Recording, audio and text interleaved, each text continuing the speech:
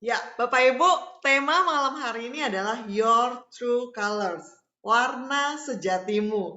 Nah, seru nih, apakah kita hari ini mau bahas warna favorit kita, merah, kuning, hijau, putih, hitam, atau apa ini, Coach? Boleh dijelaskan nih, Coach Wardi? Iya, selamat malam semua ya. Malam hari ini kita punya tema yang mungkin banyak yang bertanya-tanya, loh kok anunya temanya ini agak unik ya, Your True Colors ya, warna sejatimu. Tentu ini jadi pertanyaan semua ya. Sebenarnya apa yang kita mau bahas dengan warna sejati ini? Nah, itu pertanyaan-pertanyaan yang muncul ya. Jadi memang tidak mudah. What is your true colors? Apa warna sejatimu? Tadi Sismendra nanya, apakah kita punya warna favorit? Kalau saya warna favoritnya biru ya, blue. Tentu bukan ini ya. Jadi yang kita akan kupas malam hari ini mengenai your true color, apa warna sejatimu itu, ialah boleh dikatakan gini, siapa sejatinya yang ada dalam diri saya atau diri kita masing-masing. Tentu ini sangat luas pembahasannya kalau kita bicara mengenai siapa diri saya sejatinya. Nah, kita malam hari ini kita akan batasi khusus berbicara dalam satu bidang yang perlu sekali kita kenali dan pahami. Jadi hanya satu bidang yang akan kita batasi ya, karena kalau kita berbicara bisa berapa hari nggak selesai ini mengenai siapa sejatinya diri saya. Nah, kita akan batasi, perhatikan kita akan batasi satu bidang yang perlu kita kenali. Jadi yang perlu kita kenali dan pahami, tentu ini berkaitan banyak sekali dengan apa yang perlu benar-benar kita aware, kita hati-hati sekali ya. Nah, apa saja yang saya paling sukai? Tentu ini warna sejatimu tentu ada hubungannya dengan apa yang kita paling sukai, sama dengan warna. Tentu ada yang warna kita sukai. Nah, ini mengenai kehidupan kita. Apa yang paling saya sukai? Yang agak sulit saya atasi. Perhatikan ya. Apa yang paling saya sukai, yang agak sulit saya atasi, yang sering mengganggu dan menggoda saya. Karena yang kita suka itu juga bisa mengganggu kita, menggoda kita. Yang juga bisa menjadi apa? Titik kelemahan saya yang bisa membuat saya jatuh. Perhatikan ya, yang bisa membuat kita jatuh, menjauh dari Tuhan, membuat saya tidak hati-hati, aware lagi dengan hal-hal yang lebih penting. Karena tertarik dan tanpa sadar bisa terseret ke dalam hal-hal yang mungkin bisa membuat hidup saya yang tadinya baik-baik saja menjadi bermasalah. Perhatikan ya, yang tadinya baik-baik saja bisa bermasalah karena ada yang saya suka, yang saya tidak hati-hati. Nah, itu bisa menjadi kelemahan-kelemahan kita. Nah, tentunya di sini perlu kewaspadaan yang tinggi agar kita bisa mengenalinya dengan baik. Jadi kita malam hari ini kita coba mengenalinya ya. Kita kenali dengan baik, ada yang bisa langsung kita tahu, kita rasakan, tapi ada juga yang kadang tersamar. Samar-samar saja, dan ada yang lebih parah lagi, bersembunyi di balik alam bawah sadar kita yang bekerjanya, perhatikan, yang bekerjanya secara halus. Ada suara ya? Bisa di-close dulu suaranya? Ya. Yang bekerjanya secara halus dan tanpa disadari atau diwaspadai. Nah, warna asli kita itu kadang akan mudah dikenali, kelihatan kalau jadi bisa dikenali, akan mudah kelihatan kalau ada tekanan yang tiba-tiba. Perhatikan, ada tekanan yang tiba-tiba atau dengan kata lain serangan yang kita tidak sangka-sangka. Jadi tiba-tiba munculnya serangan itu, tekanan yang tiba-tiba. Nah, untuk kita lebih jelas kita masuk dulu dengan dasar kita dari firman Tuhan ya. Nah, firman Tuhan mengatakan begini di Mazmur 69 ayat 6 ya, berdoa ya Tuhan menolong kita semua malam hari ini. Saya bacakan saja, ya Allah, Engkau mengetahui kebodohanku. Kesalahan-kesalahanku tidak tersembunyi bagimu. Sebenarnya ayat ini sangat pendek dan sangat simpel. Tetapi ketika kita berdoa dan membacanya dengan hati-hati dan merenungkannya, ya Allah, Engkau mengetahui kebodohanku. Kesalahan-kesalahanku tidak tersembunyi bagimu. Berarti ada kebodohan di dalam diri kita kalau menurut firman ini, dan ada kesalahan-kesalahan yang kita tidak bisa sembunyikan dari Tuhan. Nah, perhatikan ada dua hal di sini ya. Jadi pemazmur mengatakan, Tuhan, Engkau mengetahui kebodohanku. Artinya kebodohan, artinya kita tidak tahu kadangkala. Kalau kita tahu itu bodoh, tidak mungkin kita lakukan, toh. Tapi kadangkala kita udah lakukan, baru kita sadar, aduh kok bodoh amat ya. Kok bisa lakukan ini lagi? Kok bisa ngomong ini lagi? Bisa ini itu. Jadi ada hal-hal yang kadangkala kita tidak sadari. Itu kebodohanku. Dan kemudian terjadilah kesalahan-kesalahan yang kita pikir tidak ada yang tahu, tapi dikatakan oleh pemazmur tidak tersembunyi bagimu. Nah, next-nya di Mazmur 38 ayat 10 juga mengingatkan kepada kita, pemazmur mengatakan begini, Tuhan, Engkau mengetahui segala keinginanku. Jadi ada keinginan-keinginan. Ya seperti tadi, true color. Ada keinginan-keinginan. Ada yang kita favorit sekali. Dan keluhku pun tidak tersembunyi bagimu. Jadi ada keluh. Ada satu keinginan yang sangat kuat. Itu tidak bisa tersembunyi juga bagi Tuhan. Jadi artinya gini, ada banyak hal yang kita mungkin orang lain tidak tahu. Mungkin kita juga tidak terlalu memahami, sedikit tersembunyi. Tapi itu semuanya tidak tersembunyi bagi Tuhan. Tuhan tahu. Nah ini kita perlu malam hari ini keterbukaan di hadapan Tuhan. Minta Tuhan menolong kita supaya itu terbuka untuk kita mengenalinya semua. Ya. Jadi perhatikan. Ya. Nah ini yang akan kita bahas sama-sama malam hari ini. Bukan warna favorit kita, bukan apa, tapi kurang lebih ada hubungannya dengan itu. Nah baik, saya buka. Apa yang akan kita bahas dengan true color? Ya, warna sejati kita apa? Ya kurang lebih gini. Ya, ini saya anggap buka dulu yang apa? Yang umum kita lihat ya. Kadang-kala kita suka tergoda apa? Diskon, sales. Kalau ada begitu kita lihat di toko, super sale 50% off, apalagi kalau 80%. Kita tidak punya keinginan pun, kita tidak punya kebutuhan pun, kita akan masuk toko itu lihat-lihat siapa tahu. Padahal itu tidak ada kebutuhan apa-apa. Cuma karena tertulis diskon, super sale, dan itu merek terkenal, wah coba-coba masuk lihat ya. Padahal kita tidak ada kebutuhan. Perhatikan, tidak ada kebutuhan. Tergoda karena diskon aja. Ini yang umum, saya ambil dulu yang umumnya. Oke. Nah kemudian kalau kita, seumpama kita sukanya cake, cookies, atau es krim, begitu lihat ini, wow, itu tergoda. Kadang-kala kita nggak tahan. Kita walaupun kadang-kala mungkin kita tidak ada minat awalnya, tapi begitu lewat toko tertentu atau ada baunya keluar atau ada gambar-gambarnya tercantum di luar, otomatis kita tertarik masuk. Nah ini kurang lebih yang terjadi secara dunia sekeliling kita. Tetapi saya bukan akan cerita ini kurang lebih untuk supaya kita mulai berpikir bahwa ada sesuatu kadangkala yang kita sebenarnya tidak butuh, tidak ingin, tapi karena ada di dalam diri kita, itu kita tergoda. Banyak yang gampang tergoda sales, discount, khususnya ibu-ibu ya. Kadangkala sebenarnya tidak butuh apa-apa, tapi karena sales, ya beli aja, kadangkala ditaruh di rumah, ya ala-ala masa, karena lagi diskon 80%, daripada nanti diskonnya udah nggak ada, beli aja, pulang. Kadang ditaruh di lemari, ya.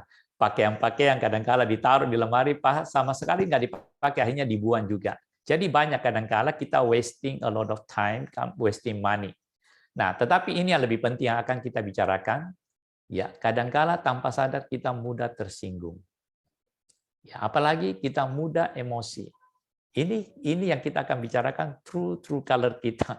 Ini tersembunyi. Kalau tidak ada tekanan, tidak ada serangan tiba-tiba, kita tidak tahu bahwa kita ini mudah tersinggung, mudah emosi. Tetapi ketika itu muncul, kita baru sadar, ternyata ini saya gampang tersinggung, mudah emosi. Tetapi masih banyak juga orang yang mudah emosi, tapi dia tidak mengakui. Tapi kita bisa lihat bahwa kamu itu gampang emosi. Baru ngomong-ngomong gini, kamu udah tersinggung. Baru ngomong-ngomong gini, kamu udah emosi. Sama di keluarga, suami istri juga begitu. Kemudian apa? Terpengaruh perkataan orang. Nah ini yang saya biasa lihat banyak sekali, gampang terpengaruh perkataan orang. Nah saya kasih contoh, khususnya ibu-ibu, sorry ya, ngomong ibu-ibu yang masih muda-muda. Kalau ada sales, itu sales mengenai kecantikan punya, begitu dia bisa muji-muji, nanti ibu kalau pakai ini, waduh, mukanya bercahaya, pasti lebih muda 2-3 tahun, saya kasih contoh ini, ya pasti makin sehat ini, terpengaruh. Jadi gampang sekali wanita itu terpengaruh dengan masalah kecantikan, ya masalah body shaping-nya apa segala macam, pakaiannya apa. Laki juga ada. Sekarang ini luar biasa semua ya, apalagi yang rich apa crazy rich ya. Terpengaruh perkataan orang. Jadi gampang, sebenarnya dia bukan kebutuhan atau apa, tapi karena perkataan orang itu gampang sekali mempengaruhi dia, tertarik. Kemudian apa yang saya biasa perhatikan, mudah kecewa, hilang harapan. Ya, jadi gampang sekali dia tiba-tiba karena sesuatu hal tiba-tiba kecewa. Padahal tidak ada angin hujan karena mendengar berita aja, ya tiba-tiba kehilangan harapan, tiba-tiba lesu, letih, lemah, nggak tahu kenapa. Padahal tadinya tertawa-tertawa, penuh sukacita, tiba-tiba ketemu seseorang cerita mengenai hal-hal tertentu, sebenarnya tidak terlalu berhubungan dengan dia, tetapi dia merasa sesuatu, dia kecewa, hilang harapan.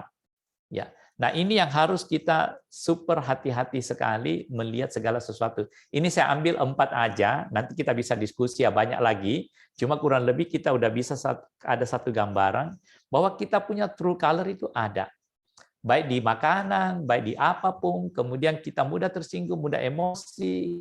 Ya ini tentu yang paling kita harus perhatikan, terpengaruh perkataan orang. Nah, karena mudah terpengaruh perkataan orang, hanya mudah kecewa, mudah hilapa, mudah juga gembira, mudah juga tertawa karena terpengaruh ya.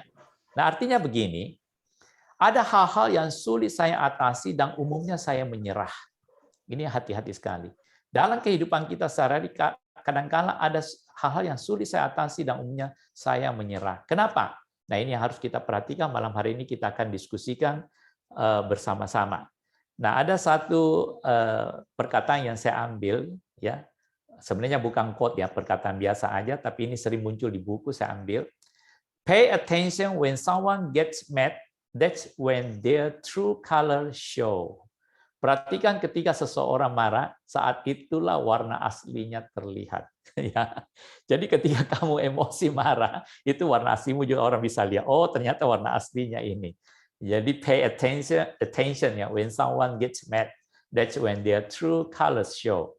Jadi perhatikan seseorang marah, saat itulah warna aslinya terlihat. Alkitab bilang kalau seorang lagi marah, itulah waktunya dia punya kebodohan terlihat. Kalau Alkitab yang ngomong ya.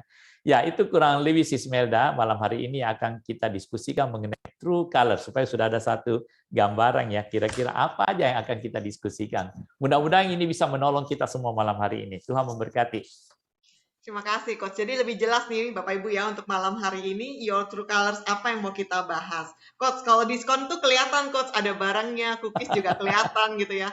Tapi kalau yang mudah marah, mudah emosi, tadi tuh Coach, kemudian kita mudah kecewa, dan juga hilang harapan. Nah, itu kenapa, Coach ya? Apa sebabnya, Coach? Sampai kita kadang-kadang tuh bahkan nggak sadar kadang, Coach. Kayak tadi kan, Coach bilang kan, iya kamu nih mudah emosi nih, gitu kan. Tapi kadang kita nggak sadar tuh. Itu sebabnya apa, Coach? Kenapa kita nggak bisa mengatasinya, Coach?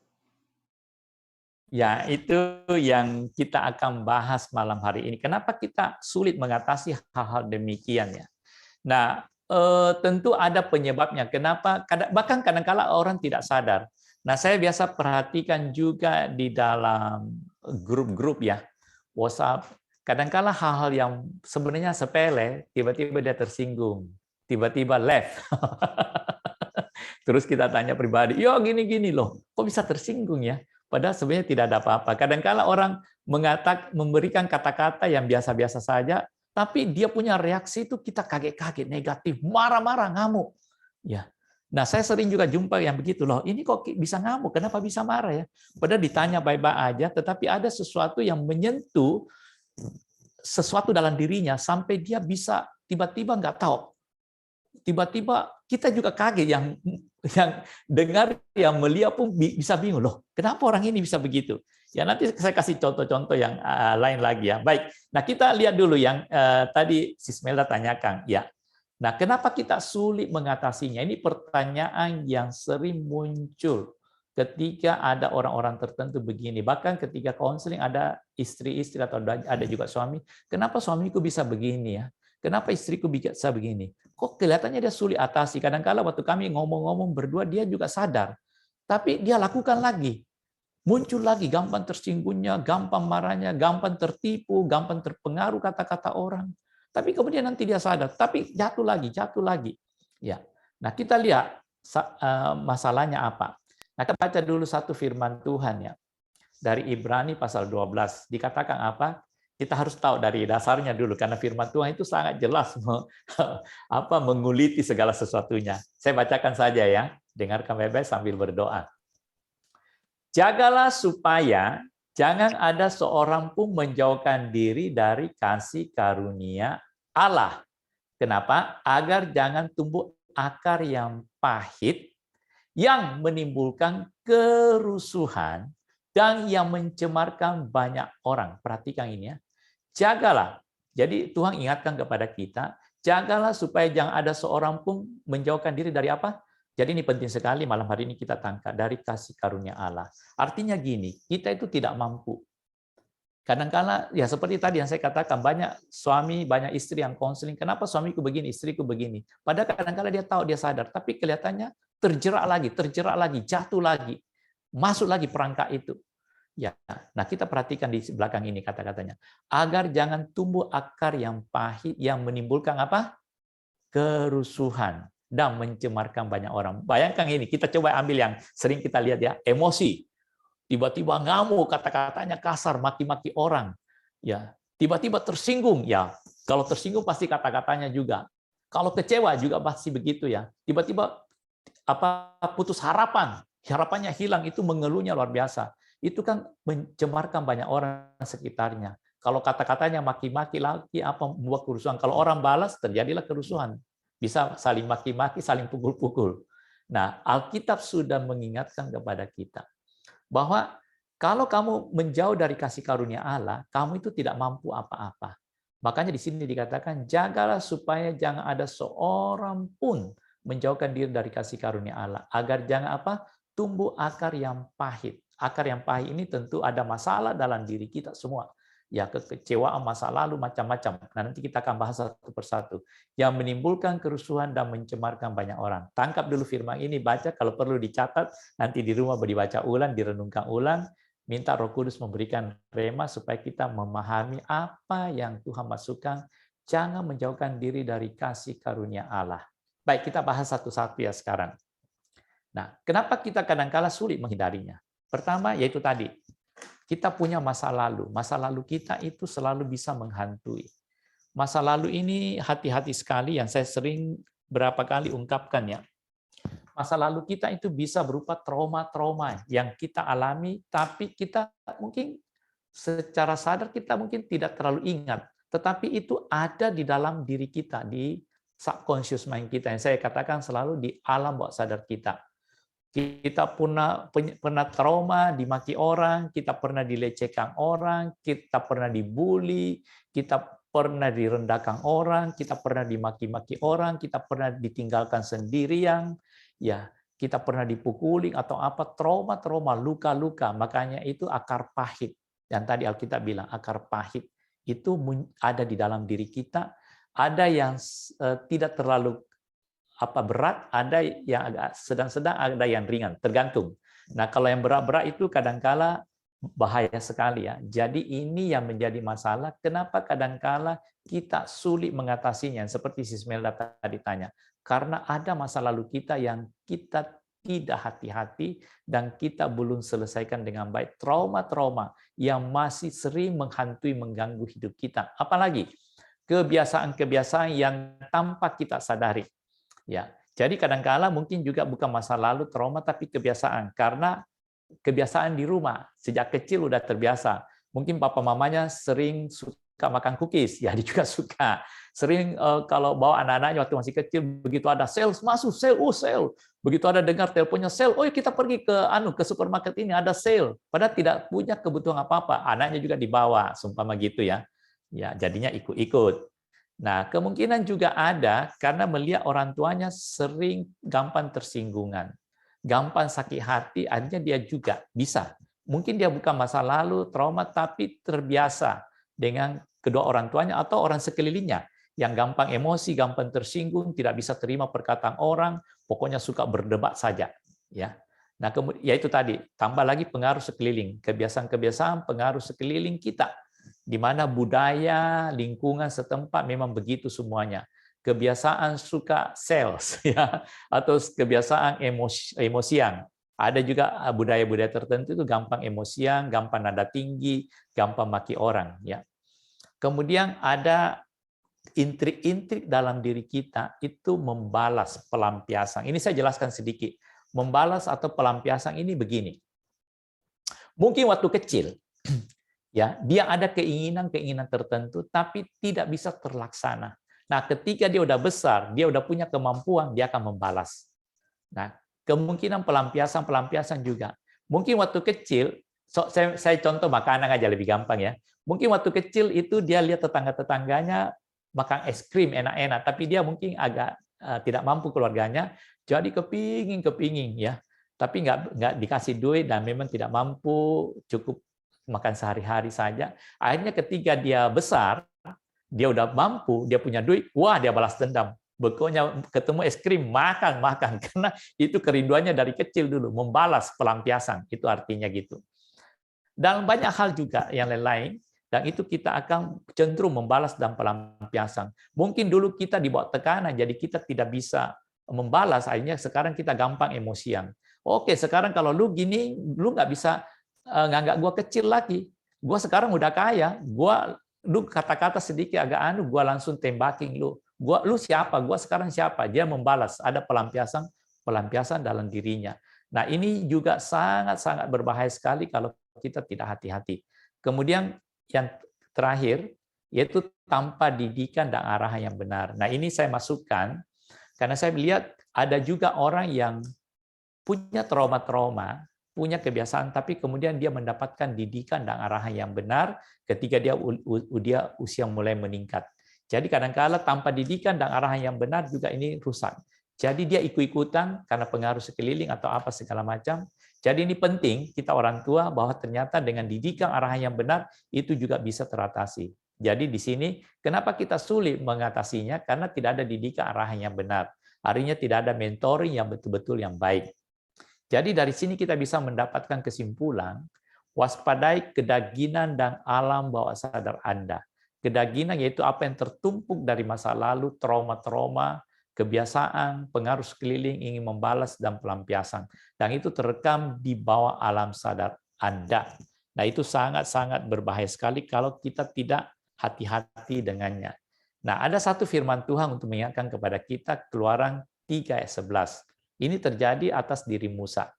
Tetapi Musa berkata kepada Allah, siapakah aku ini? Maka aku akan menghadap Firaun dan membawa orang Israel keluar dari Mesir. Ini saya ambil satu contoh ya. Jadi waktu itu kita tahu Musa itu kan dipanggil Allah melalui burning bush, ada semak belukar yang terbakar. Jadi Musa heran, dia lari ke sana. Tuhan langsung berbicara kepada dia, jangan mendekat, lepaskan kasutmu, tempat yang kau injak itu tempat yang kudus. Kemudian Tuhan berbicara. Nah, pembicaranya saya nggak usah ngomong, itu terlalu panjang lebar nanti. Artinya dia diutus ke Firaun untuk membebaskan umat Israel. Tapi waktu itu Musa menolak. Siapakah aku ini? Maka aku akan menghadap Firaun dan membawa orang Israel keluar dari Mesir. Kenapa saya angkat ini? Karena ini ada trauma dari Musa. Ada masa lalunya yang dia masih sulit atasi waktu itu.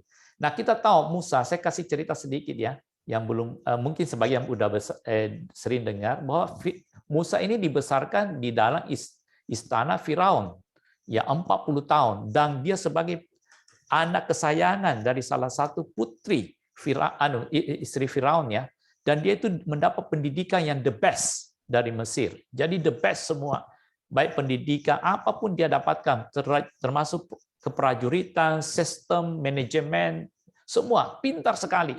Sampai waktu dia usia 40 tahun dia keluar, ada orang Israel berantem sama orang Mesir. Dia langsung turun tangan, dia bunuh orang Mesir itu. Berarti dia punya ilmu perang juga hebat sekali, dia bunuh. Kemudian ketika keluar lagi ada teman-temannya orang Israel ribut, dia coba leraikan supaya jangan ribut. Tetapi orang kita tahu ceritanya, orang Israel bilang, "Oh, apa kamu mau bunuh kami seperti orang Mesir?" Dia kaget. Wah, udah pada tahu ini, bahaya nih, nanti raja tahu. Makanya dia melarikan diri ke Midian. Di Midian dia 40 tahun dilatih sama kambing domba. Nah, tapi masa trauma-trauma masa lalu itu akhirnya bahwa dia tidak diangkat sebagai pemimpin, kemudian dia trauma, ya mau dikejar oleh Raja Firaun, mau dibunuh semua, makanya dia ada ketakutan. Makanya dia bilang, siapakah aku ini menghadap Firaun? Jadi masa lalu, trauma masa lalu itu sangat-sangat berbahaya sekali kalau kita tidak atasi. Sampai Tuhan waktu itu marah. Kalau gitu panggil saudaramu, Harun, nanti dia jadi juru bicaramu. Pada ini kan Tuhan yang suruh, baru Tuhan udah kasih lihat burning bush, itu maksudnya memberikan satu tanda. Aku Tuhan ini yang berkuasa. Lihat itu, semua belukar. Ada api tapi tidak terbakar. Jadi apa artinya itu? Firaun semua. Tapi Musa takut luar biasa. Padahal dia udah terlatih semua, ilmunya tinggi semua, tapi trauma masa lalu itu sangat-sangat berbahaya sekali. Akhirnya dia tidak bisa atasi dirinya. Itu mungkin saya bisa tambahkan Sis Melda ya untuk malam hari ini. Kenapa kita kadang sulit mengatasi our true color, warna sejatinya. Iya, Coach. Berarti ada yang tersimpan di alam bawah sadar kita yang kalau kita nggak atasi akan menimbulkan efek yang tidak baik ya, Coach. Betul sekali. Efeknya negatif. Coach, boleh dijelaskan, Coach ya, efek-efek negatif itu apa sih, Coach, dampaknya buat kehidupan kita sehari-hari? Supaya kita lebih aware lagi nih, Coach. Dampak negatifnya baik. tadi, Coach. Dampak negatifnya, jadi tadi kalau kita udah lihat tadi ya, kenapa kita sulit mengatasinya. Nah, kita coba sekarang belajar sama-sama apa dampak negatifnya. Ya, nah supaya kita nanti betul-betul bisa lebih rindu ya untuk mengenali warna sejati kita yang kadang-kala merusak hidup kita. Baik, untuk itu kita lihat satu firman Tuhan ya. Saya ambil dari Roma pasal 7 ya, ayat 15 dikatakan gini. Sebab apa yang aku perbuat, ini pasti Anda kenali firman ini ya. Sebab apa yang aku perbuat, aku tidak tahu. Karena bukan apa yang aku kehendaki yang aku perbuat. Tetapi apa yang aku benci, itulah yang aku perbuat. Ini Rasul Paulus mengeluh. Ya, dia katakan, kadangkala aku mau perbuat, ya aku hendaki perbuat, tetapi ternyata yang aku benci, yang aku perbuat.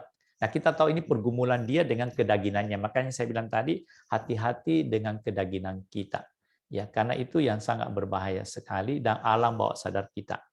Jadi alam bawah sadar kita itu bekerja sama dengan kedagingan kita. Daging kita ya ini, hawa nafsu kita, keinginan kita, apa segala macam.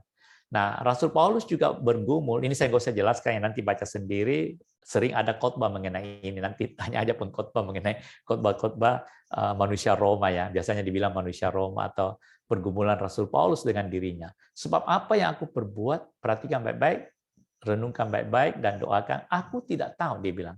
Sebab apa yang aku perbuat, aku tidak tahu. Karena bukan apa yang aku kehendaki yang aku perbuat. Tetapi apa yang aku benci, itulah yang aku perbuat. Kadang-kala kita tanpa sadar melakukan sesuatu yang kita tidak mau perbuat.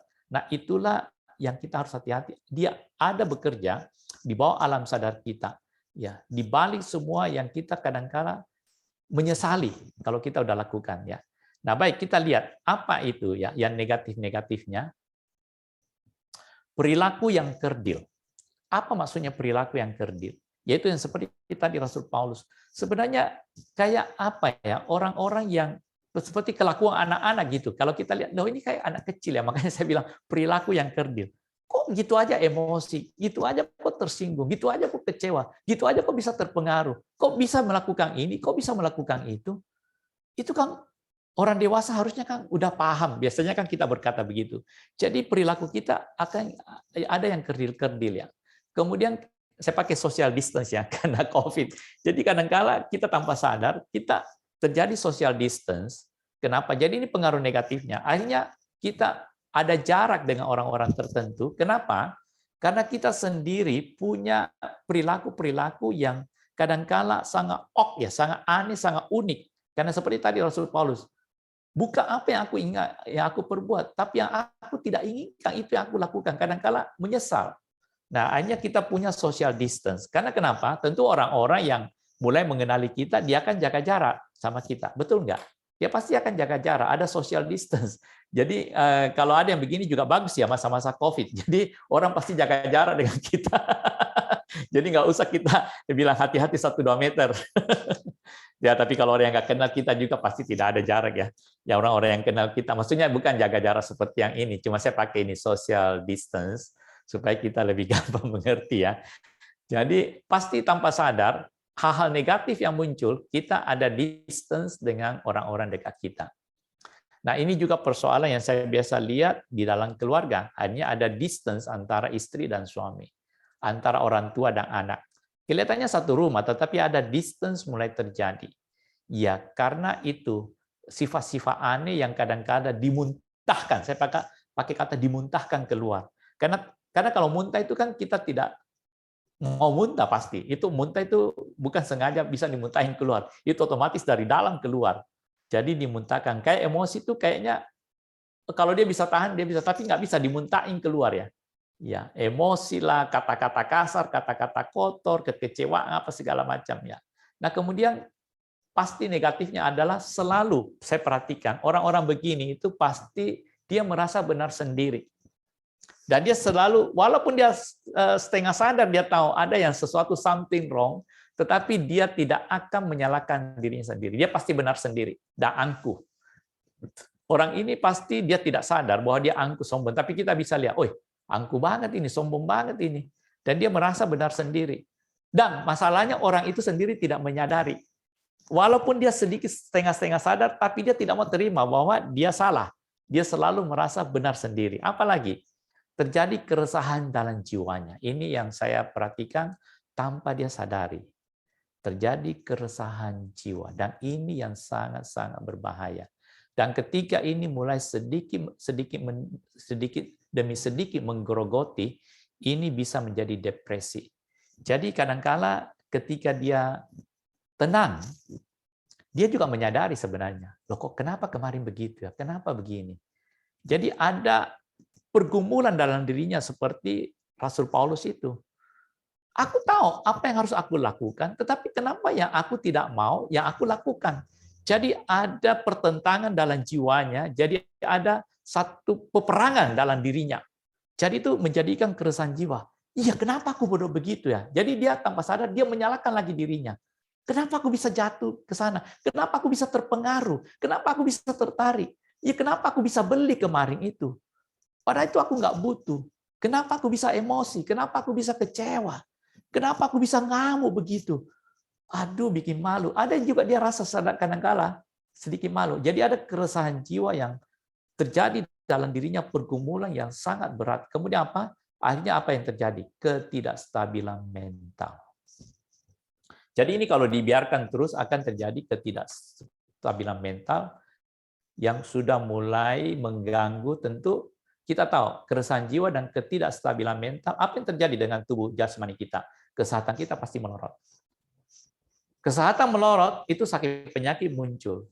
Ketika sakit penyakit muncul, makin menyalahkan diri sendiri, makin menyesali kalau dia tidak ada damai sejahtera dari Tuhan. Kalau dia tidak ada kasih karunia yang tadi kita baca firman-Nya, jangan seorang pun menjauh dari kasih karunia, supaya jangan timbul akar pahit. Ini sebenarnya gini, ini makin parah ini kalau tidak mendapat kasih karunia dari Tuhan, anugerah dari Tuhan. Dan yang terakhir terjadinya apa? Kekeringan rohani. Udah otomatis. Jadi ini akan mengikut secara otomatis ya. Akan terjadi kekeringan rohani dan kemudian pasti keluarga terganggu. Karena kita meaningful life, jadi saya pasti ambil keluar ini untuk mengingatkan kita, karena tujuan meaningful life supaya kita menikmati ya kehidupan yang lebih baik untuk pribadi kita, kualitas kita, karakter kita, tentu keluarga kita yang menikmatinya. Nah, kalau kita ini biarkan, akhirnya keluarga terganggu. Udah jelas ya, saya nggak perlu jelaskan di sini. Nah, dari sini kita bisa katakan efeknya sangat luas dan secara jangka panjang sangat mengganggu kehidupan kita. Bisa tangkap ya. Jadi efek negatifnya itu sangat luas dan secara jangka panjang sangat-sangat mengganggu kehidupan kita. Nah, harusnya kita hindari ini. Jadi inilah yang malam hari ini yang kita, warna sejatimu apa itu? Kenali warna sejatimu. Your true color itu penting Anda kenali ya dalam hal yang bisa merusak Anda. Saya kasih tanda kutip, dalam hal yang bisa merusak Anda. Nah, saya kasih contoh yang saya pernah angkat tapi udah lama ya, 1 tahun lalu, tapi saya mau ingatkan kepada kita bahwa ada satu orang sangat terkenal yaitu Robert Pierce. Yang saya bilang dia membawahi World Vision International. Yang mungkin belum dengar ya, malam hari ini coba simak ya. Atau dia lebih terkenal dengan kata Bob Pierce, tapi nama aslinya itu Robert Pierce. Ya, dia adalah founder dari World Vision International. menolong banyak orang di Asia, Afrika, negara-negara miskin, anak-anak dia tolong, dia gendong semua, ya. Termasuk tsunami Aceh dulu, itu yang saya pernah ceritakan bahwa Amerika itu mau membantu tsunami Aceh, itu bahkan dari government itu tidak mau kirim ke government, bahkan lewat World Vision mereka ngirim dana yang sangat besar. Semua orang Amerika yang mau nyumbang itu untuk tsunami Aceh dulu itu melalui World Vision International. Sangat-sangat dipercaya, sangat-sangat integritasnya luar biasa. Orang sangat kagum kepada Robert Pierce, founder daripada World Vision ini. Tapi tahukah Anda, sampai matinya, dia tidak pernah mengampuni istrinya karena anaknya satu cacat. Dan ketiga anaknya yang agak cacat itu cacat mental ya. Ketika dia suka pelayanan, akhirnya anaknya itu menunggu ayahnya pulang, ya tapi ayahnya sengaja melambatkan dirinya pulang, itu anaknya bunuh diri, mati. Dan gara-gara anaknya bunuh diri, dia tidak pernah mau mengampuni istrinya sampai hari matinya. Istrinya, anaknya pun coba merekonsiliasi ayah ibunya, tidak bisa. Padahal Anda lihat, dia sayangnya anak-anak luar biasa. Dia nyumbang kemana-mana, dan integritasnya, kualitasnya itu hebat. Dan yang lebih parah lagi, ya suatu hari ketika rapat organisasinya ini, karena ada beberapa penyokong-penyokong muda masuk, mereka mau rombak sistemnya. Cuma ditanya aja, Bob Pierce, kita akan memperbaiki segala sesuatunya, khususnya mengenai keuangan, supaya nanti orang-orang yang nyumbang, karena sumbangan ini besar-besar, jutaan-jutaan dolar semua masuk, puluhan juta, supaya kita bisa pertanggungjawabkan, kita akan rapikan semuanya. Dan kemudian ada catatan ini, kayaknya ada sekian juta dolar ini, waktu itu dibawa ke Afrika, ini bisa dikasih sedikit gambaran aja, dipakai untuk apa. Ya, dia langsung berdiri, dia pukul meja. Saya sudah mempertahankan integritas saya selama ini. Kalian tahu, saya tidak pernah ambil satu sempung uang. Kenapa kalian tanya ini? Cari sendiri. Dia pukul meja. Dia langsung keluar dari rapat itu. Dia bilang, saya quit. Saya berhenti. Wah, kaget semua orang. Kok emosi banget ini tiba-tiba? Ya memang sudah kejadian anaknya meninggal itu. Ya.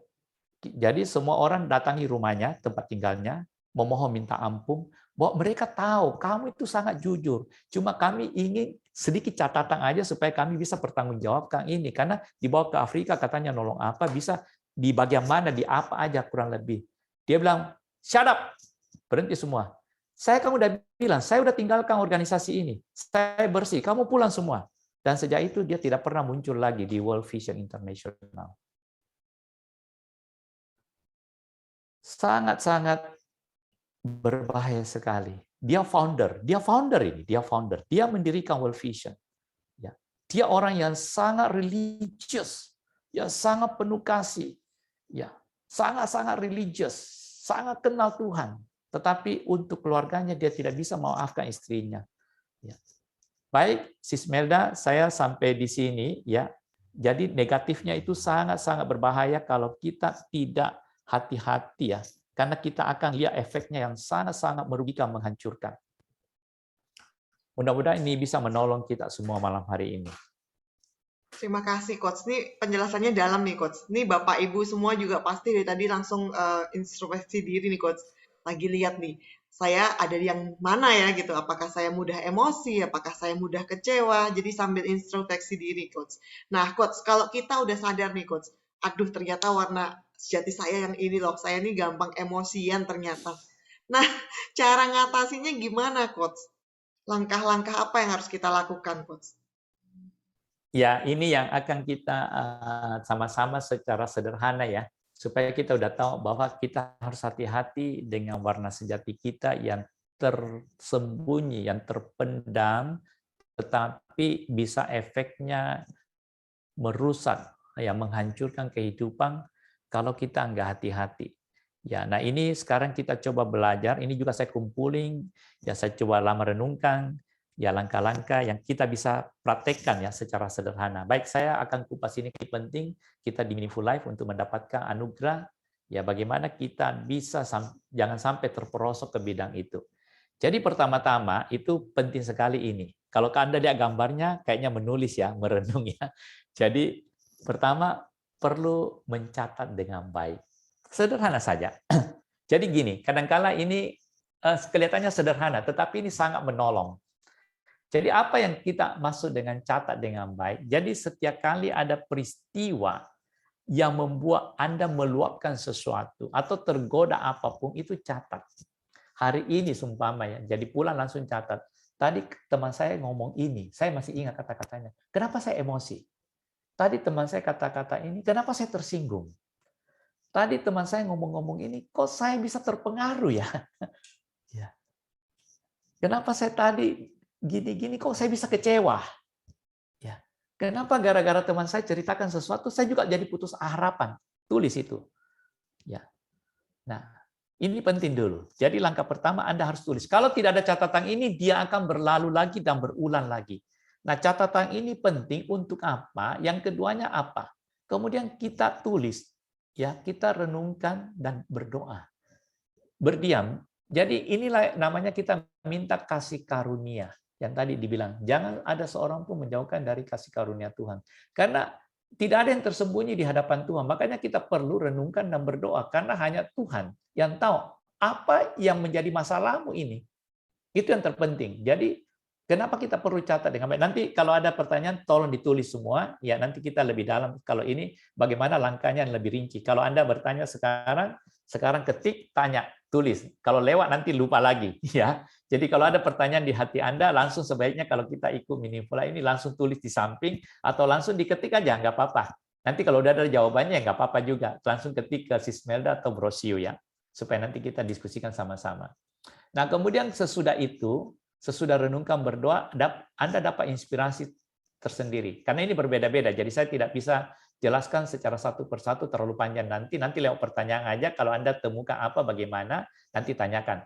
Nah, kemudian bertekad mengubahnya. Ini penting sekali ada tekad mengubahnya. Karena tanpa ini nggak bisa. Saya udah coba beberapa teman-teman yang mengalaminya, dan saya dulu sendiri juga pernah mengalaminya. Saya harus bertekad mengubahnya. Ada tekad yang sangat kuat. Bahwa saya tidak boleh lagi begini. Ini kebodohan saya kalau begini. Ini namanya saya tidak akan bertumbuh, saya tidak belajar. Karena saya tahu, makanya catat dengan baik, renungkan dan berdoa, Tuhan kenapa begini? Ngobrol sama Tuhan aja, kok bisa begini? Kemudian pikirkan, nah kenapa bisa begini? Ada apa dalam diri saya? Kenapa bisa begitu? Nah kemudian kita bertekad mengubahnya. Cara mengubahnya harus ada tekad. Kemudian apa? Buat planning. Jadi buat planning, ya kalau perlu memang kalau nggak bisa ya cari konselor ya. Ini makanya saya kasih warna berbeda.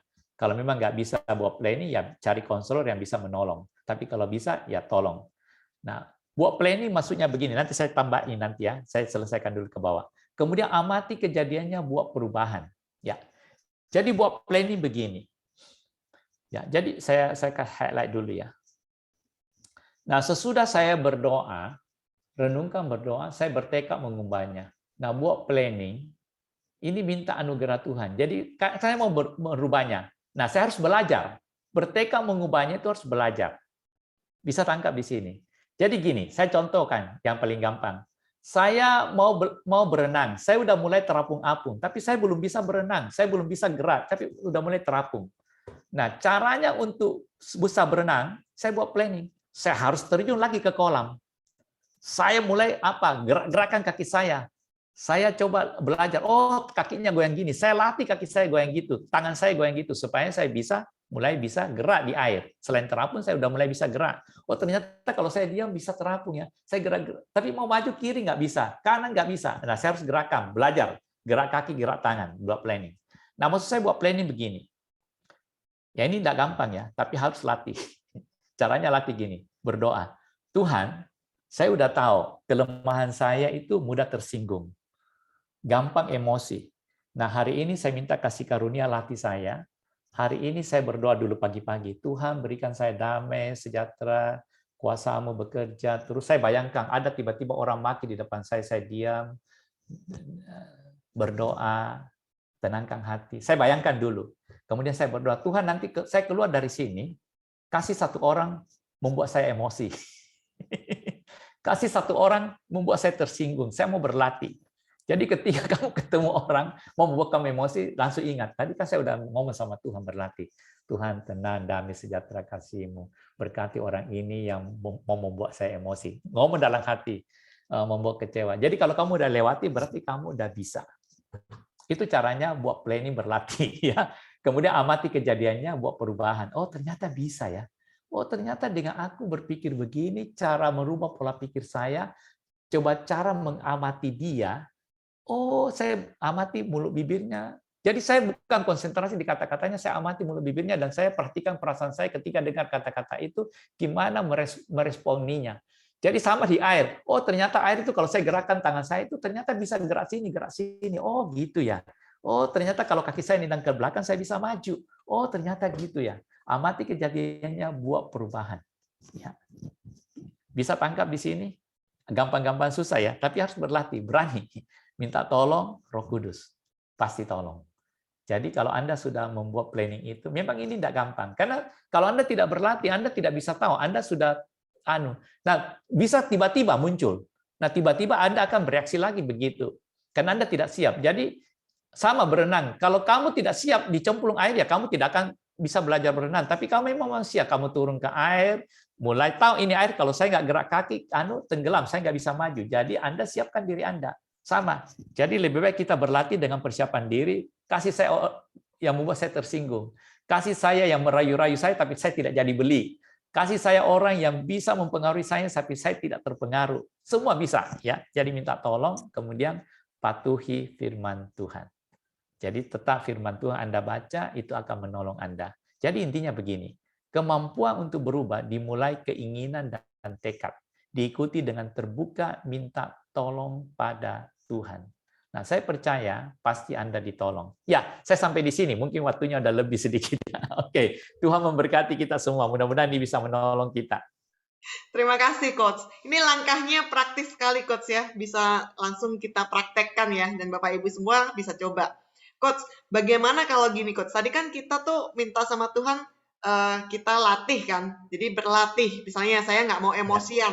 Jadi ntar lagi, Tuhan, ntar kok ada yang di depan kayak kita mau praktek. Tapi kadang tuh kita doanya sama Tuhan tuh gini, Coach.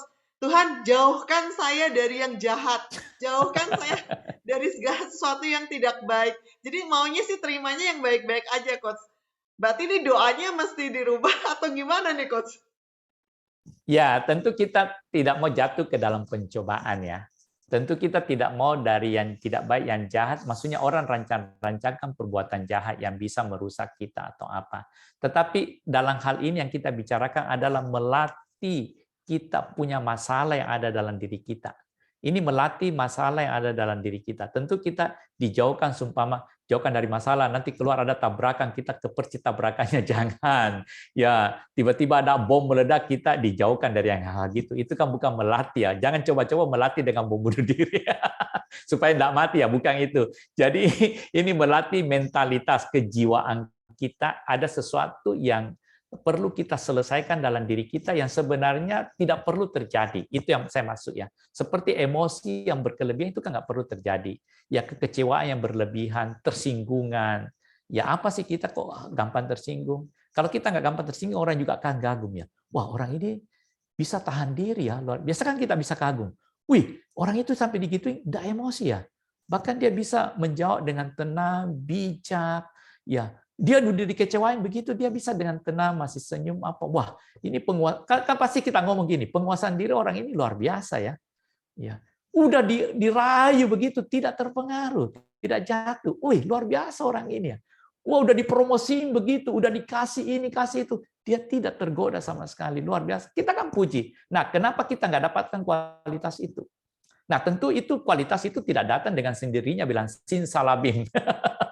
Saya doa puasa di rumah, ya udah doa, tapi kamu tidak pernah berlatih. Tuhan bilang keluar dulu, belajar dulu. Ya, iman tanpa perbuatan adalah mati. Ya harus tetap dilatih.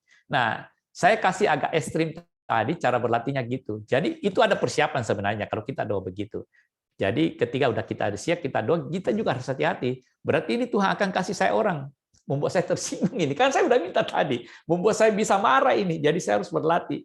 Tapi kan udah siap. Nah, kita berlatih gitu. Hanya kita bisa lama-lama menjadi habit, kebiasaan. Dengan kata-kata yang tajam atau apa kita bisa. Tentu kita juga tadi kenapa kita berdoa merenungkan karena ada mungkin masa lalu akar pahit itu kita harus selesaikan.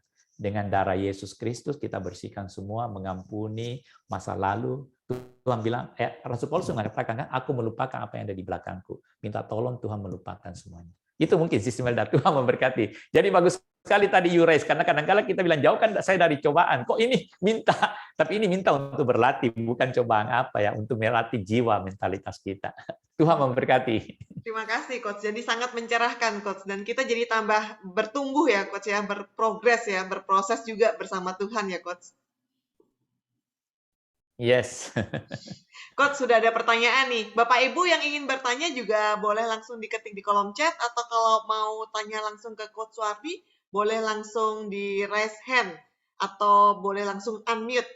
Bapak Ibu ya, silahkan. Saya bacakan dulu pertanyaan yang di kolom chat ya, Coach. Untuk mengetahui tentang pribadi saya, apa saya harus mendengar apa kata orang terdekat saya, istri saya atau anak saya atau teman-teman kantor?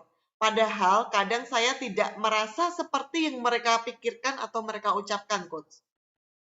Iya, ini bagus sekali ya di raise ya, ditanyakan. Jadi gini, memang yang terpenting itu untuk mau mengetahui apa yang tersembunyi yang kadang-kala kita tidak sadari, tanya orang-orang dekat kita. Nah, saya mau tadi koreksi sedikit, ketika orang-orang dekatmu mengatakan Anda demikian, apakah itu suamimu, istrimu, temanmu, terbukalah, jangan menyangkali. Karena memang mungkin tidak 100%, tapi saya boleh yakinkan Anda, apa yang saya amati selama ini, selama konseling dan diri saya sendiri, semua teman-teman, itu saya boleh katakan 85-90% itu benar.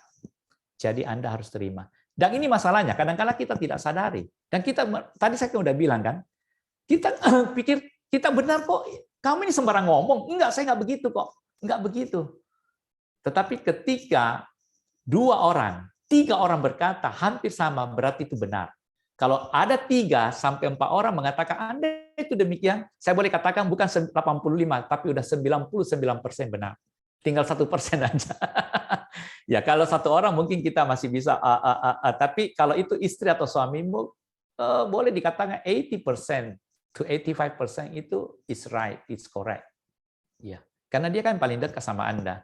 Dan dia juga ingin menolong Anda. Anda memang kadang-kala mungkin kata-katanya agak direct ya, terlalu keras ya, terlalu langsung. Tetapi itulah diri kita. Mungkin itu sistemnya, Tuhan memberkati.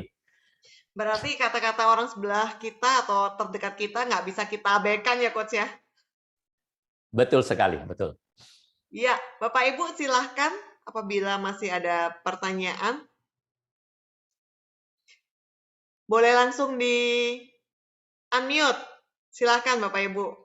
Nah, Coach, ini kalau misalnya dalam hubungan suami istri nih, Coach, kadang-kadang kan ada budaya-budaya tertentu juga yang misalnya, oh istri itu harus melayani suami dan segala macam. Jadi kadang-kadang kita merasa bukan emosi ya, Coach, tapi emang saya berhak mendapatkan itu, Coach. Misalnya istri harus melayani suami, jadi kalau misalnya nggak melayani, kesannya sih kita jadinya kayak emosi atau kecewa atau marah. Padahal dari dirinya sendiri dia merasa, oh saya berhak, karena kan emang istri harus melayani suami. Kalau seperti itu gimana, Coach ya? Ya, ini memang agak rumit ya. Jadi memang ada budaya-budaya, apalagi beberapa etnis tertentu itu memang dikondisikan begitu. Ya, saya nggak perlu bilang etnis, nanti dibilang anu lagi ya, Sarah ya.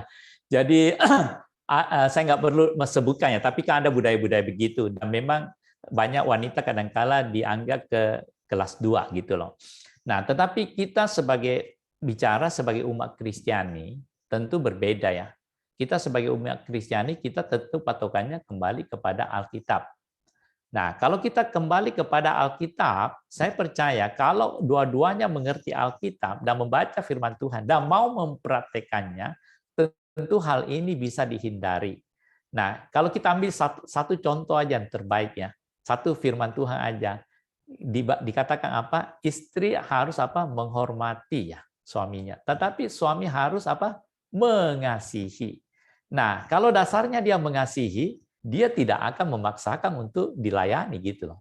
Dia kan kasihan sama istrinya, dia mengasihi. Ketika orang mengasihi istrinya, dia tidak akan terlalu banyak menuntut. Mungkin dia akan ngomong, tetapi itu bukan menjadi tuntutan. Ya permintaan saja. Ya kalau memang itu budayanya begitu. Nah, ketika itu permintaan, kemudian dengan sopan santun tentu baik. Tetapi ya kembali ada budaya-budaya itu, ya saya pernah ngomong di sini juga ya. Nah, ada budaya-budaya tertentu, saya nggak mau ngomong lagi budaya mana ya namanya, tapi ada budaya tertentu itu ngomongnya tuh langsung. Ngomongnya langsung-langsung. Ya, nah ada budaya tertentu itu ngomongnya itu agak muter dikit, menceritakan dulu apa yang terjadi, kemudian dia baru ngomong apa yang dia mau. Ya, contohnya ada budaya yang direct yang saya biasa bilang, budaya tertentu itu kalau dia pas masak habis garamnya, dia ke tetangga, itu dia langsung bilang, minta garam, garamku habis. Dia minta, bukan pinjam loh. Dia minta garam. Ya, ada budaya tertentu. Ya, saya biasa pakai itu. Dia minta garam. Nah, itu terbiasa di budaya itu. Nah, ada budaya tertentu itu kalau dia mau minta garam ke tetangganya, ini kota lain ya, daerah lain, provinsi lain. Dia akan datang ke tetangganya, dia ngomong dulu, "Bu, saya tadi tuh masak. Sesudah saya masak-masak, saya kasih masuk bumbu-bumbu. Ternyata garam saya nggak ada. Boleh nggak saya pinjam garamnya? Pinjam ya, pinjam garamnya." Tadi udah cerita, dia halus semua cerita, kemudian dia bilang pinjam. Oh ya, udah. Nah, ketika dua budaya ini ketemu nikah, ya si suami ini yang direct ya, langsung-langsung, sebenarnya itu budayanya, dia tidak punya maksud apa-apa. Karena udah terbiasa. Saya minta garammu ya. Ambil tolong, ambil sana, ambil. Dia nggak ngomong apa-apa. Jadi ketika mereka menikah, suaminya itu seumpama budaya yang langsung, dia ngomong sama istrinya, itu gelas bawa sini, piring bawa sini, ambilin saya baju. Istrinya bilang, loh, kok kasar banget. Pada istrinya ini dari budaya yang tadi ngomong dulu. Nah, istrinya tuh maunya, suaminya nih ngomong gini, "Mi, saya ini lagi mau minum, saya haus. Nah, kebetulan ini saya kerja, nah kamu kan dekat dengan gelas sana. Tolong ambilin gelas itu ke sini." Maunya istrinya begitu, budayanya begitu. Tapi suaminya dari budaya yang tadi minta garam. Tidak cerita apa-apa. Minta gelas sana, bawa sini. Kira-kira gimana? Ribut. Loh, gua ini pembantumu, gua ini babumu. Ya gitu loh. Nah, sebaliknya juga gitu. Kalau istrinya ngomong-ngomong, paling suaminya bilang, "Aduh, lu minta ini aja muter-muter, ngomong aja bilang minta itu gua kasih kok." Nah, ini bisa ribut, bisa tangkap di sana ya. Jadi hati-hati sekali ya. Budaya-budaya itu juga bisa kebiasaan. Tuhan memberkati. Berarti habis ini nggak ada lagi alasan mudah tersinggung ya, Coach ya? Tersinggung karena Harusnya. hal-hal yang demikian. Karena semuanya bisa diatasi sebenarnya ya, kalau kita hidupnya sesuai dengan firman ya, Coach. Nah, silakan Bapak Ibu, apabila masih ada pertanyaan, boleh langsung ditanyakan. Ini Your True Colors ini menarik ya, Coach, karena ini seringan nggak disadari, Coach. Kalau tadi di awal Coach sempat jelasin yang kita sukain, tapi kadang membuat kita jatuh. Tapi kebanyakan ini kita nggak suka sih, Coach, gitu kan. Siapa yang suka marah, Coach? Nggak ada yang suka kan. Kita nggak suka emosi sebenarnya. Cuman kadang-kadang kita jatuh di situ. Tadi kita udah belajar juga ya, Coach ya. Untuk apa Ya. sih sebabnya gitu ya, Coach ya. Terus efeknya apa dan bagaimana mengatasinya, Coach ya. Jadi, Nah, tadi si Smelda ada ungkapkan sebenarnya kita tidak suka, tapi saya mau beritahu, sebenarnya tanpa sadar Anda suka. Seperti emosi. Tanpa sadar Anda suka emosi. wah, ini menarik nih, Coach. Ya, Karena ini sebenarnya sebenarnya nggak yang suka, saya mau Coach. ungkap, ya. Sebenarnya enggak, sebenarnya tanpa sadar kamu suka. Kamu suka kecewa, artinya gampang kecewa. Jadi sebenarnya kamu suka kecewa. Makanya kita kan biasa judge orang. Ini orangnya kok suka emosi. Perhatikan kata suka emosi. Ini kok suka sekali begitu ya. Suka sekali belanja gini, suka sekali itu, suka sekali terpengaruh, gampang terpengaruh. Berarti itu ada satu kesukaan dengan tanda kutip ya. Ya. Jadi dia gampang, artinya dia suka gitu loh. Suka maki orang, ya tanpa sadar gitu loh. Kok suka maki orang ya? Artinya dia gampang emosi gitu loh. Jadi itu kenapa bisa disebut warna sejatimu hampir sama dengan suka es krim, suka cookies, suka marah, suka emosi. Sebenarnya dia juga enggak. Jadi kalau gini, orang juga tahu kok kalau dia udah ada masalah, dia juga mungkin tidak suka cookies. Tetapi apa? Supaya gini, badannya dia udah tahu itu gula. Ya dia udah diabetes sedikit, tetapi dia tetap mau makan. Harusnya kan nggak boleh. Ya, es krim dia udah nggak boleh makan, gulanya sama lemaknya banyak, dia tetap makan juga. Dia juga tahu nggak boleh emosi, tetapi dia tetap emosi. Dia tahu nggak boleh suka tersinggung, tetapi dia tetap tersinggung gitu. Itu kemiripannya, bisa tangkap ya. Tuhan memberkati. Ini menarik loh, Coach, yang terakhir nih, Coach ya. Karena kadang kita bilangnya kita nggak suka, tapi tanpa sadar sebenarnya itu kita suka ya Coach ya. Saya Yes. baru ngeh loh Coach yang statement Coach Wardi yang terakhir ini, dan sekarang mulai jadi lebih aware lagi ya. Apa yang kadang kita bilang, oh saya nggak suka begitu, tapi sering kita lakukan, berarti sebenarnya bukan nggak suka ya, tapi suka gitu Coach ya. Dalam tanda kutip ya. Iya, sering dilakukan berarti kan gitu ya Coach. Walaupun kita sebenarnya kalau di hati bilangnya sih kita nggak suka gitu ya. Iya, Betul. Coach. Ada lagi yang mau disampaikan Coach? Ini ternyata udah jam 9 lewat loh Coach, nggak terasa. Oh iya. Udah sorry udah lewat ini. Ya. Iya. Silakan kalau ada yang mau bisa chatting ya atau apa bisa raise hand langsung kalau masih ada mau bertanya silakan. Iya, yang masih mau bertanya boleh langsung unmute aja Bapak Ibu. Kalau masih ada satu kesempatan ya Coach ya kita berikan, kalau Ya, tidak kasih kita satu kalau akan mau ya. Iya, kita Tutup. akan tutup acara kita pada malam hari ini. Jadi Bapak Ibu, acara ini kita rekam dan juga ada link YouTube-nya juga. Nanti akan kita bagikan di dalam grup WA. Jadi bagi Bapak Ibu yang baru pertama kali join di acara Meaningful Life, Bapak Ibu silakan klik link yang ada di kolom chat dan langsung tergabung di grup WA. Dan apabila Bapak Ibu memerlukan pelayanan konseling atau doa, Bapak Ibu boleh langsung menghubungi nomor handphone yang ada di kolom chat Bapak Ibu. Itu adalah nomor handphone Coach Wardi, jadi akan dilayani langsung oleh Coach Wardi. Dan kami sangat terbuka dengan saran dan komentar positif yang bisa membangun kami untuk kedepannya. Bapak Ibu boleh langsung menghubungi saya via chat, via WA di 081338775587 atau di brosur dengan nomor 081796385570. Baik Coach, kita tutup acara kita pada malam hari ini, acara Meaningful Life malam hari ini, Your True Colors. Silakan Coach dengan statement dan juga doa untuk kami semua Coach. Terima kasih Coach Wardi. Ya, baik. Terima kasih semua ya. Terima kasih malam hari ini pertanyaan-pertanyaan dan diskusinya yang lebih menolong kita semua. Jadi memang kita harus hati-hati dengan apa yang kita sukai ya. Kadangkala itu bisa juga berbahaya untuk diri kita dan lebih aware dengan karakter-karakter, gaya-gaya kita. Nah, saya tadi katakan kalau memang mau berubah itu dicatat. Catat baik-baik, kemudian renungkan, doakan semua, dan buat satu planning ya, dan minta tolong. Dan saya percaya kalau kita bisa praktekkan itu secara sederhana, itu sangat menolong kita. Karena dari hal-hal kecil kita bisa rubah, dari hal-hal yang kadangkala sangat merusak ya, tapi tanpa kita sadari. Nah itu perlu betul-betul kita aware dan kita bisa hilangkan dari kebiasaan-kebiasaan kita dengan cara-cara tadi, itu pasti menolong kita. Tuhan memberkati kita semua. Baik, kita berdoa bersama-sama.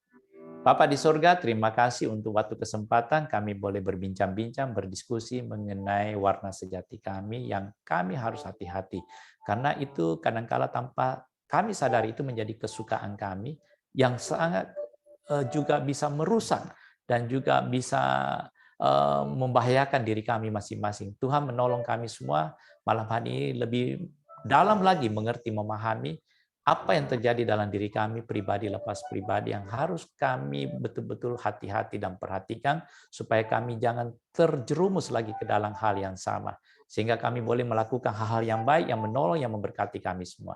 Berkati kami semua yang telah mendengar malam hari ini, dan bimbing kami, istirahat kami, dan juga berkati seluruh kegiatan kami. Berkati pribadi kami, rumah tangga kami, dan seluruh pekerjaan usaha kami, dan juga Tuhan menjamah kesehatan kami lebih baik lagi, yang sakit, yang lemah tubuh, Tuhan sembuhkan dengan kuasa-Mu di dalam nama Tuhan Yesus. Terima kasih Bapa, dan kami akhiri Meaningful Life malam hari ini di dalam kuasa kasih karunia-Mu, di dalam anugerah-Mu, di dalam berkat-Mu, di dalam nama Tuhan Yesus Kristus. Haleluya.